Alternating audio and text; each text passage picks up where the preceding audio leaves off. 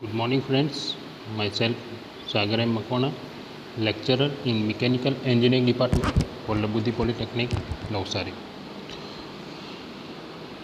In this lecture, we will discuss topic types of corrosion.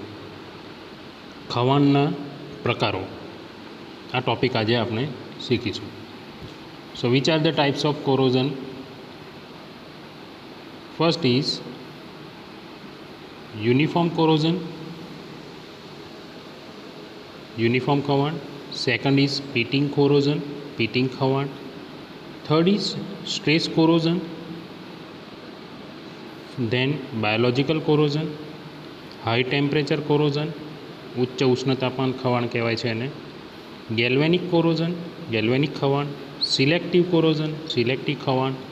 Erosion corrosion, erosion ખવાણ. Then integrated corrosion, okay, સંકલિત ખવાણ એને ગુજરાતીમાં કહેવાય છે. ક્રેવાઇઝ કોરોઝન, સરફેસ કોરોઝન, સપાટીનું ખવાણ. And last one is fretting corrosion, fretting ખવાણ. તો આટલા 12 ટાઈપ્સ છે ટોટલ કોરોઝનના. ખવાણના 12 પ્રકારો છે. પાછા એકવાર uniform corrosion, pitting corrosion, stress corrosion, biological corrosion, high temperature corrosion, galvanic corrosion, selective corrosion, erosion corrosion, integrated corrosion, crevice corrosion, surface corrosion and fretting corrosion.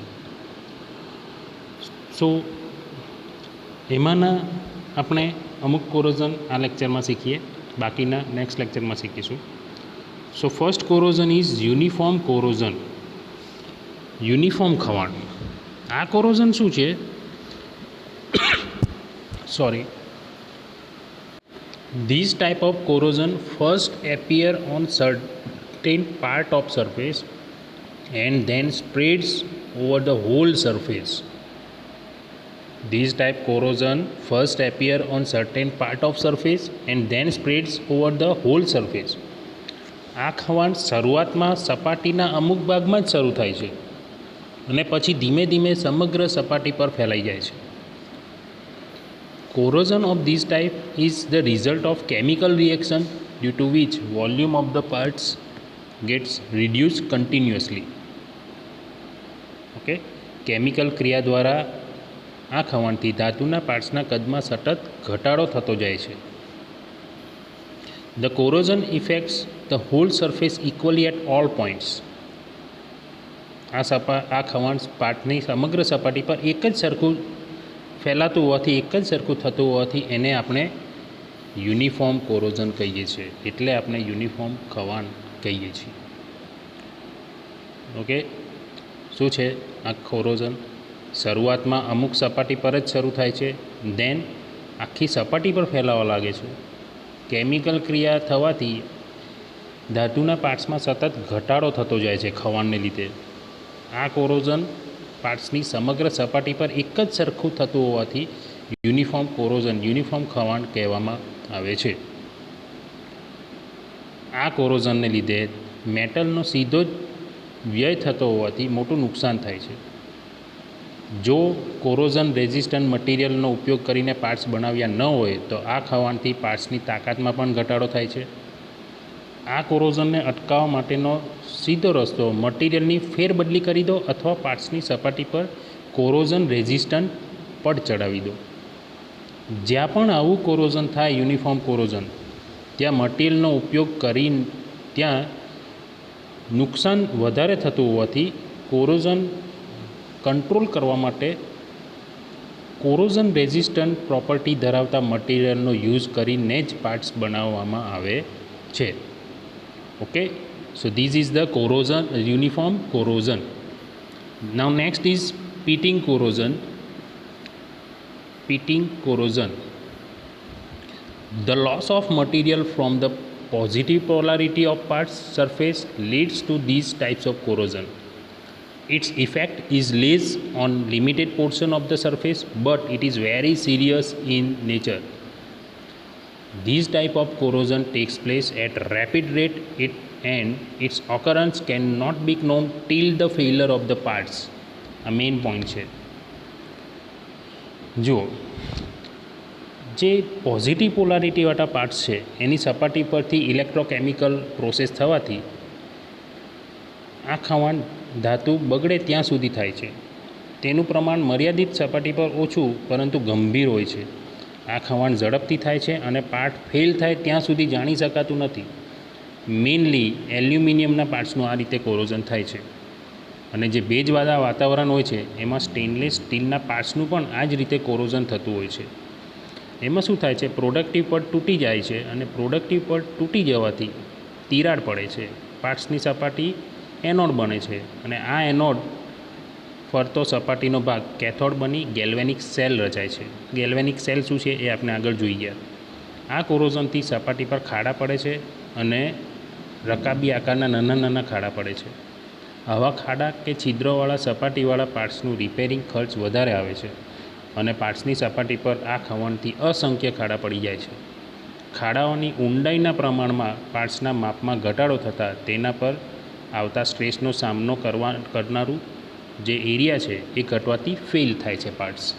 Okay, so this is the pitting corrosion. Next is stress corrosion. When the parts are made by any cold working process, then the internal stresses are left in the parts known as residual stresses. જ્યારે parts બનાવવા માટે cold working કરવામાં આવે છે, શીતકામ કરવામાં આવે છે, ત્યારે તેમાં ઇન્ટરનલ સ્ટ્રેસીસ રહી જાય છે. Okay, some internal stresses are left in the parts even though stress relieving is done. These stresses are remaining unrelieved in the bent portion of the parts. The portion of with internal stresses becomes anode and the rest portion becomes cathode. As a result of that, galvanic cell is formed. The corrosion taking place in this way is called stress corrosion.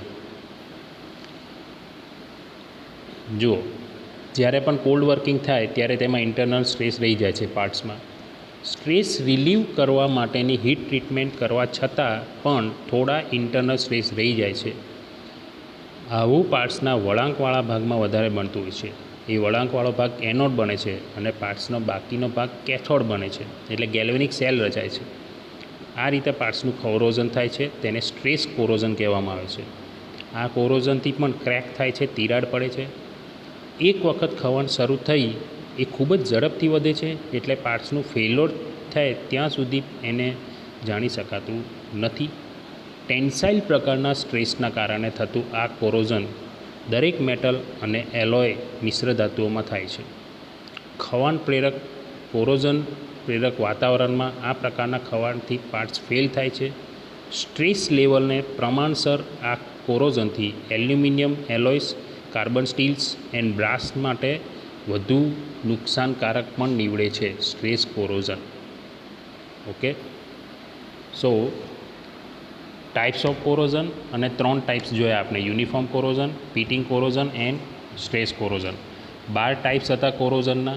એમાં uniform corrosion શું છે કે સપાટીના અમુક ભાગમાં શરૂ થઈ સમગ્ર સપાટી પર ફેલાવા લાગે છે. ઓકે, એના કદના પાર્ટ્સ, ધાતુના પાર્ટ્સના કદમાં ઘટાડો થાય છે અને એક સરખું ફેલાય છે પાર્ટ્સમાં, એટલે એને યુનિફોર્મ કોરોઝન કહેવાય છે. એ જ રીતના પિટિંગ કોરોઝન શું છે કે ધન જે પોલારિટીવાળા પાર્ટ્સની સપાટી પર ઇલેક્ટ્રોકેમિકલ્સ પ્રક્રિયાથી આ કોરોઝન થાય છે. તેનું પ્રમાણ મર્યાદિત સપાટી પર ઓછું પરંતુ ગંભીર હોય છે.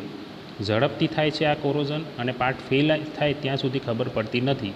એલ્યુમિનિયમના પાર્ટ્સનું આ રીતે ખવાણ થાય છે. રકાબી આકારના નાના નાના ખાડા પડે છે.